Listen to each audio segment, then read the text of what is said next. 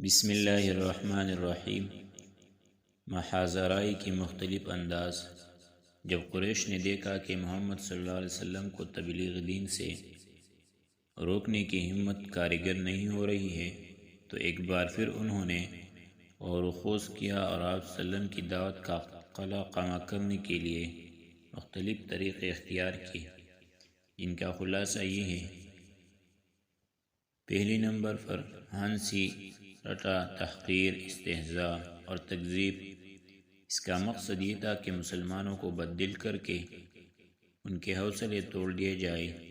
اس کے لیے مشرکین نے نبی صلی اللہ علیہ وسلم کو ناروا تہمتوں اور بیہودہ گالیوں کا نشانہ بنایا، چنانچہ وہ کبھی آپ صلی اللہ علیہ وسلم کو پاگل کہتے، جیسا کہ ارشاد ہے: وقالوا یا ایھا الذی نزل علیہ الذکر انک لمجنون۔ کفار نے کہا کہ وہ شخص ہے جس پر قرآن نازل ہوا تو یقیناً پاگل ہے، اور کبھی آپ صلی اللہ علیہ وسلم پر جادوگر اور جھوٹے ہونے کا الزام لگاتے ہیں، چنانچہ ارشاد ہے: وَعَجِبُوا أَن جَاءَهُم مُنذِرٌ مِّنْهُمْ وَقَالَ الْكَافِرُونَ هَٰذَا سَاحِرٌ كَذَّابٌ۔ یہ کفار آپ کے آگے پیچھے پرغضب، منتقمانہ نگاہوں اور بڑکتے ہوئے جذبات کے ساتھ چلتے تھے۔ ارشاد ہے: وَيَكَادُ الَّذِينَ كَفَرُوا لَيُزْلِقُونَكَ بِأَبْصَارِهِمْ لَمَّا سَمِعُوا الذِّكْرَ وَيَقُولُونَ إِنَّهُ لَمَجْنُونٌ۔ اور جب کفار اس قرآن کو سنتے ہیں تو آپ صلی اللہ علیہ وسلم کو ایسی نگاہوں سے دیکھتے ہیں کہ گویا آپ صلی اللہ علیہ وسلم کے قدم اکھاڑ دیں گے، اور کہتے ہیں کہ یہ یقیناً پاگل ہے۔ اور جب آپ صلی اللہ علیہ وسلم کسی جگہ تشریف فرما ہوتے اور آپ کے ارد گرد کمزور اور مظلوم صحابہ کرام موجود ہوتے تو انہیں دیکھ کر مشرکین استہزاء کرتے ہوئے کہتے: اہؤلاء من اللہ علیہم من بیننا۔ اچھا یہی حضرات ہیں جن پر اللہ نے ہمارے درمیان سے احسان فرمائے۔ جواباً اللہ کا ارشاد: الیس اللہ بعالم بالشاکرین۔ کیا اللہ شکر گزاروں کو سب سے زیادہ نہیں جانتا؟ عام طور پر مشرکین کی کیفیت وہی تھی جس کا نقشہ ذیل کی آیات میں کھینچا گیا ہے: ان الذین اجرموا كانوا من الذین آمنوا یضحکون وإذا مروا بهم یتغامزون وإذا انقلبوا إلى أهلهم انقلبوا فکہین وإذا رأوهم قالوا إن هؤلاء لضالون وما أرسلوا عليهم حافظین۔ جو مجرم تھے وہ ایمان لانے والوں کا مذاق اڑاتے تھے، اور جب ان کے پاس سے گزرے تھے تو آنکھیں مارتے تھے، اور جب اپنے گھروں کو پلٹتے تو لطف اندوز ہوتے ہوئے پلٹتے تھے، اور جب انہیں دیکھتے تو کہتے کہ یہی گمراہ ہے، حالانکہ وہ ان پر نگران بنا کر نہیں بھیجے گئے تھے۔ محاذرائی کی دوسری صورت آپ کی تعلیمات کو مسخ کرنا، شکوک و شبہات پیدا کرنا، جھوٹا پروپیگنڈا کرنا، تعلیمات سے لے کر شخصیت تک کو واہیات اعتراضوں کا نشانہ بنانا، اور یہ سب اس کثرت سے کرنا کہ عوام کو آپ صلی اللہ علیہ وسلم کی دعوت تبلیغ پر غور کرنے کا موقع ہی نہ مل سکے۔ چنانچہ یہ مشرکین قرآن کے متعلق کہتے تھے: اساطیر الاولین اکتتبها فہی تملی علیہ بکرۃ واصیلا۔ یہ پہلوں کے افسانے ہیں جنہیں آپ صلی اللہ علیہ وسلم نے لکھوا لیا ہے، اب یہ آپ صلی اللہ علیہ وسلم پر صبح شام تلاوت کیے جاتے ہیں۔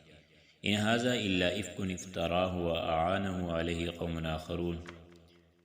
یہ محض جھوٹ ہے جسے اس نے گڑھ لیا ہے اور کچھ دوسرے لوگوں نے اس پر اس کی اعانت کی۔ مشرکین یہ بھی کہتے تھے کہ انما یعلمہ بشر، یہ قرآن تو آپ کو ایک انسان سکھاتا ہے۔ رسول اللہ صلی اللہ علیہ وسلم پر ان کا اعتراض یہ تھا: ما لہذا الرسول یأکل الطعام ویمشی فی الاسواق۔ یہ کیسا رسول ہے کہ کھانا کھاتا ہے اور بازاروں میں چلتا پھرتا ہے؟ قرآن شریف کے بہت سے مقامات پر مشرکین کا رد بھی کیا گیا ہے، کہیں اعتراض نقل کر کے اور کہیں نقل کے بغیر۔ محاذرائی کی تیسری صورت پہلوں کے واقعات اور افسانوں سے قرآن کا مقابلہ کرنا اور لوگوں کو اسی میں الجھائے اور پھنسائے رکھنا۔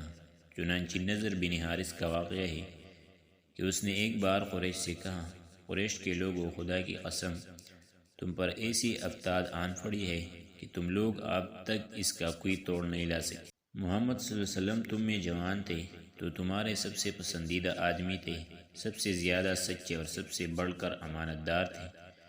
اب جب کہ ان کی کمفیٹیوں پر سبیدی دکھائی پڑنے کو ہے اور وہ تمہارے پاس کچھ باتیں لے کر آئے ہیں تو تم کہتے ہو کہ وہ جادوگر ہے۔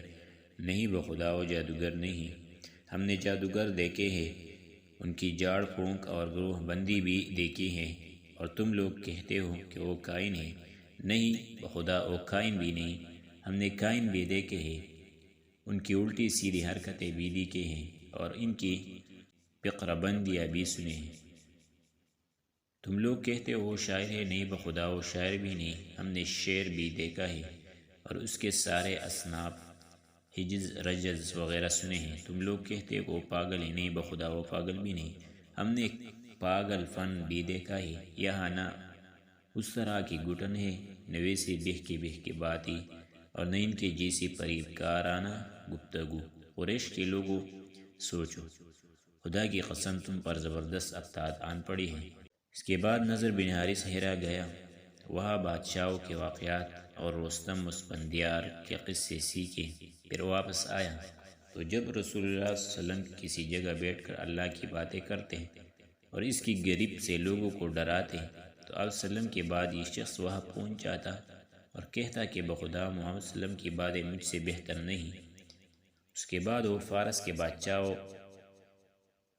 اور رستم اسفندیار کے قصے سناتا، پھر کہتا آخر کس بنا پر محمد کی بات مجھ سے بہتر ہے۔ ابن عباس کی روایت سے یہ بھی معلوم ہوتا ہے کہ نضر نے چند لونڈیاں خرید رکھی تھیں، اور جب وہ کسی آدمی کے متعلق سنتا کہ وہ نبی صلی اللہ علیہ وسلم کی طرف مائل ہے تو اس پر ایک لونڈی مسلط کر دیتا جو اسے کھلاتی پلاتی اور گانے سناتی، یہاں تک کہ اسلام کی طرف سے اس کا جھکاؤ باقی نہ رہ جاتا۔ اسی سلسلے میں یہ ارشاد الہی نازل ہوا، وَمِنَ النَّاسِ مَن يَشْتَرِي لَهْوَ الْحَدِيثِ لِيُضِلَّ عَن سَبِيلِ اللَّهِ، کچھ لوگ ایسے ہیں جو کھیل کی بات خریدتے ہیں تاکہ اللہ کی راہ سے بھٹکا دیں۔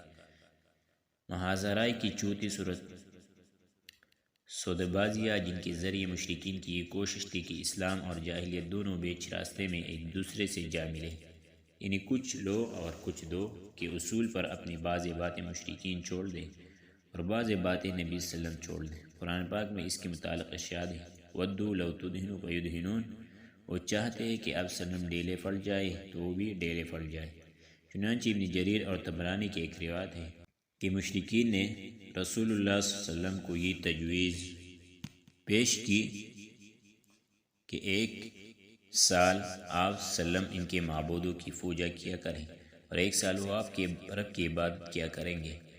عبد بن حمید کی ایک روایت اس طرح کہ مشرکین نے کہا اگر آپ صلی اللہ علیہ وسلم ہمارے معبودوں کو قبول کر لیں تو ہم بھی آپ کے خدا کی عبادت کریں گے۔ ابن اسحاق کا بیان ہے کہ رسول صلی اللہ علیہ وسلم نے خانہ کعبہ کا طواف کر رہے تھے کہ اسود بن مطلب بن اسد بن عبد العزیٰ، ولید بن مغیرہ، امیہ بن خلف اور عاص بن وائل صحابی صلی اللہ علیہ وسلم کے سامنے آئے۔ یہ سب اپنے قوم کے بڑے لوگ تھے۔ بولے اے محمد، آؤ جسے تم فوجتے ہو اسے ہم بھی فوجیں، اور جیسے ہم فوجتے ہیں اسے تم بھی فوجو، اس طرح ہم اور تم اس کام میں مشترک ہو جائیں۔ اب اگر تمہارا معبود ہمارے معبود سے بہتر ہے تو ہم اس سے اپنا حصہ حاصل کر چکے ہوں گے، اور اگر ہمارا معبود تمہارے معبود سے بہتر ہو تو تم اس سے اپنا حصہ حاصل کر چکے ہوں گے۔ اس پر اللہ تعالیٰ نے پوری سورۃ قل یا ایھا الکافرون نازل فرمائی، جس میں اعلان کیا گیا کہ جسے تم لوگ پوجتے ہو اسے میں نہیں پوج سکتا، اور اس فیصلہ کن جواب کے ذریعے ان کی مزاح کا خیز گفت و شنود کی جڑ کاٹ دی گئی۔ روایتوں میں اختلاف غالباً اس لیے ہے کہ اس سودے بازی کی کوشش بار بار کی گئی۔ جب مشرکین کو پتہ چلا کہ ہم اپنی کوششوں میں ناکام ہو گئے تو اس کے بعد ظلم و جور شروع کیا۔ انشاءاللہ آگے درس میں اس کا ذکر کریں گے۔